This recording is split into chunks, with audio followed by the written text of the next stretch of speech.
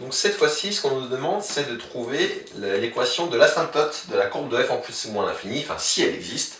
Trouver l'asymptote et après déterminer la position de la courbe par rapport à l'asymptote.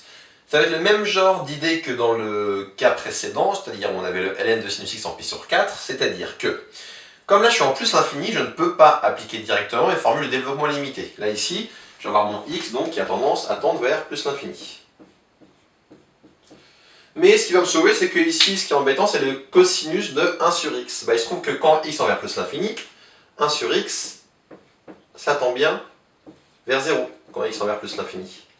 Et du coup, bah, ici, mon cos de 1 sur x, je peux appliquer les formules de développement limité usuelles pour le cosinus, qui sont, je vais vous le rappeler ici, tant qu'à faire, donc cosinus de y,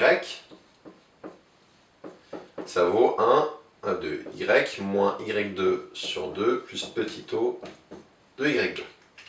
Et ça va donc donner ici, je vais l'appliquer, égale x facteur de, je vais appliquer la formule avec y qui vaut 1 sur x. Ça va donc me donner du 1 moins 1 demi fois 1 sur x2 plus petit o de, et je remplace y par 1 sur x2.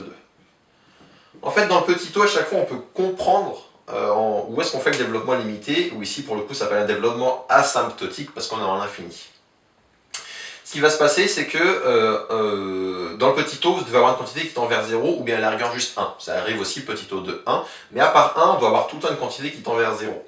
Donc là, 1 sur x2, quand est-ce que ça tend vers 0? En infini, plus ou moins d'ailleurs. Donc du coup, ça veut bien dire que, ici, je fais un développement asymptotique en plus l'infini, on va voir dans quelques secondes que le même marche en moins l'infini.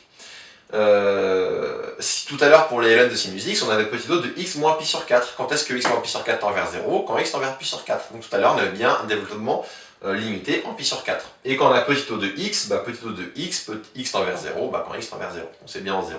Donc dans le petit o, vous pouvez avoir très facilement où est-ce que vous faites votre approximation. C'est ça, un développement limité, un développement asymptotique, c'est une approximation. Et donc, maintenant je développe, vous allez voir, ça va être assez simple. Hein. Je vais donc trouver x fois 1, ça fait x, moins 1 demi fois 1 sur x fois 1 sur x2, ça va donner 1 demi fois 1 sur x. Et plus petit o de x sur x2, petit o de 1 sur x. D'accord? Et là, j'ai quasiment fini. Il ne reste plus qu'à conclure. Qu'est-ce que je peux en déduire? L'équation de l'asymptote, c'est la partie, une asymptote, c'est une droite, donc c'est la forme ax plus b. Donc c'est la partie de degré 1. Donc là, l'équation de l'asymptote, c'est ça. C'est y égale x. Donc je peux déjà dire ça. Je peux dire que CF, la courbe de f, admet une asymptote en... Et là, je vais être plus l'infini, mais pas que. Et moins l'infini. Pourquoi? En fait, si je regarde bien, tout ce que j'ai fait ici, c'est valable aussi bien pour x positif que pour x négatif. Parce que quand x tend vers l'infini, quand x tend vers moins l'infini, 1 sur x tend également vers 0. Donc ça, en fait, ça marche aussi bien en plus et en moins l'infini, le calcul que j'ai fait ici. Donc ce que j'ai là, ça marche en plus l'infini et en moins l'infini. En plus l'infini et moins l'infini, d'équation.